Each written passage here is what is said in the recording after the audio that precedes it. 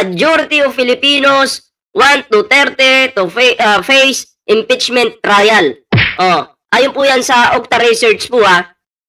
Po yun sa Okta. Ayan. Kumbaga, survey po ito. Kahit sino naman po tanungin natin.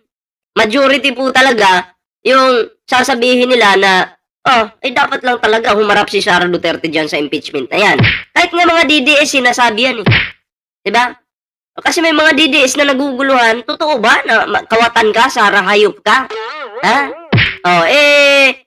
Alam nyo mga pre, pag ito ay na-impeach itong si Sara Duterte, baka mamaya number 1 po si Camille Villar na umiyak. Diba? Pero tandaan po natin, majority po ng mga Pilipino gusto pong mapanagot itong hinayupak na ating Vice President. Vice President ng Pilipinas. Yun. Diba? Dapat po managot ito sa taong bayan. Diba? Yung kanyang mga pagnanakaw, may pinapabalik yung COA na 400 million plus. Binalik ba ng gaga? Wala. Hayok na hayok ito sa salapi, itong Vice President na to. Diba? Wala namang ambag sa Pilipinas, puro palakwat sa yung ginagawa. Kaya po dapat po talaga ito ay mapanagot. Diba? At kung hindi ka guilty, nagaga ka, umarap ka sa impeachment, hindi yung magtatago ka. Sabi nga ng ilan, sabi ng iilan dyan mga pre, si Sara Duterte panay abroad na daw yung ginagawa. Halos buwan-buwan po. Oo. Kaya nga sabi ng iilan dyan, baka naglilipat na ng yaman yan. Oo. Baka naglilipat na ng yaman, kaya niya ginagawa. Yung ganyang style. Style mo, bulok. Diba? Wala kang silbi, Sara Duterte. Pahirap ka sa mga Pilipino. Alam mo, marami na rin mga DDS na unti-unting na nagigising sa katotohanan. Yung hindi lang naman po nagigising, yung mga talagang pumapaldo sa amo nila. Diba? Syempre, tuloy-tuloy po yung kanilang banat dyan. Pag hindi ka bumanat, wala kang paldo. Pag hindi ka nanira, bahala ka, wala kang sweldo. Diba? So, araw-araw po, ginagawa yan ng mga DDS vlogger yung paninira sa administrasyon ni Pangulong Bongbong Marcos. Diba? Kasi, ang papangit nyo na nga, nasa ano pa kayo? Nasa kampo ng kadiliman pa kayo. Kumakampi. Mga letse talaga itong mga to. Nakakahiya kayo.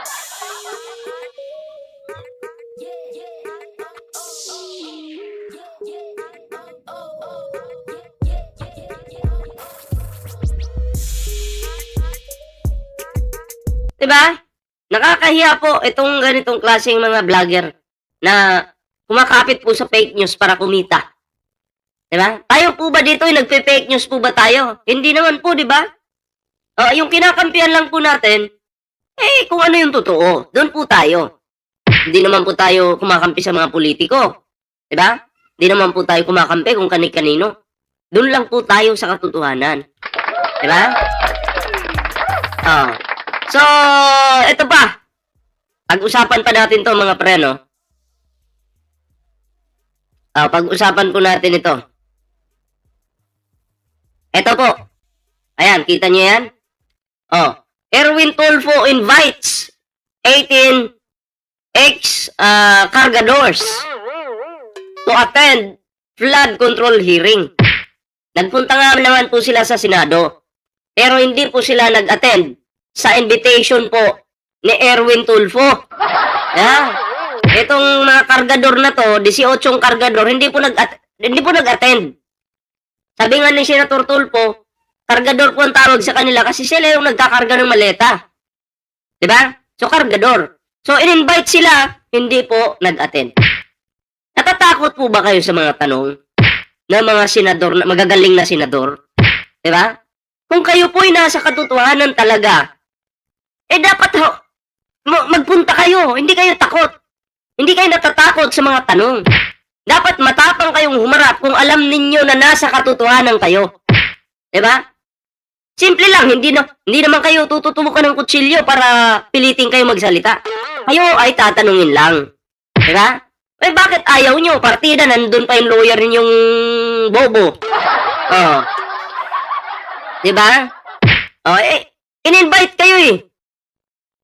nasa katotohanan kayo, dapat kahit sino mag-invite sa inyo, harapin nyo. Pero dahil umiiwas kayo, wala na, finish na. Alam na namin na kayo'y bayad. Diba? May 5 million na na offer sa inyo per tao. Pero yung natatanggap nyo pa lang daw ay nasa 300,000 plus, ganun, 350, tama ba? Diba? Alam nyo, hindi yan ibibigay agad-agad sa inyo yung 5 milyon na yan hanggat hindi nyo natatapos yung inyong trabaho. Yung 5 milyon na yan, maliit lang yan. Napakaliit ng 5 milyon sa totoo lang mga pre. Diba? Pero, hindi nyo ba naisip na tatagtarin kayo ngayon ng kaso? Hindi naman kayo ipapatawag ni Erwin Tulfo sa hearing, flood control hearing, para kuwelyuhan kayo. Bakit kayo natatakot? Hindi naman kayo kukuwelyuhan ni Erwin Tulfo Pinapatawag lang po kayo, okay? Pinapatawag kayo doon para maklaro, malaman ng taong bayan kung ano yung totoo. Sabi nyo, nasa katotohanan kayo mga putang inan nyo. 18 ex-marines pa kayo, putang punyeta kayo. Diba? Mga ano lang kayo. Halos lahat po ng 18 na to, walang mga trabaho yan. Ang putang inang mga yan, mga palamunin lang yan. Tapos ngayon, ang ginagawa nila po, kumakapit sa patalim, kumakapit sa kasinungalingan.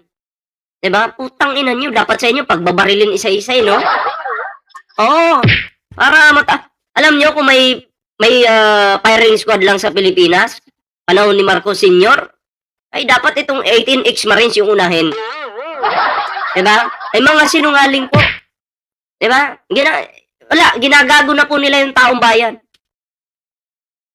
Dami namang mga ututundidis na naniniwala din. Pansin nyo, si Loren Ligarda noon, dinadawit po nila. Ngayon biglang bawi. Diba? Ano pa kami maniniwala sa inyo kung ganyan? Biglang bawi. Sasabihin nyo, nagkamali kayo.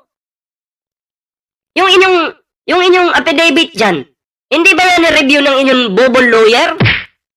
Kung talagang nagkamali kayo, syempre dapat i-review yan. Wala kang gawa.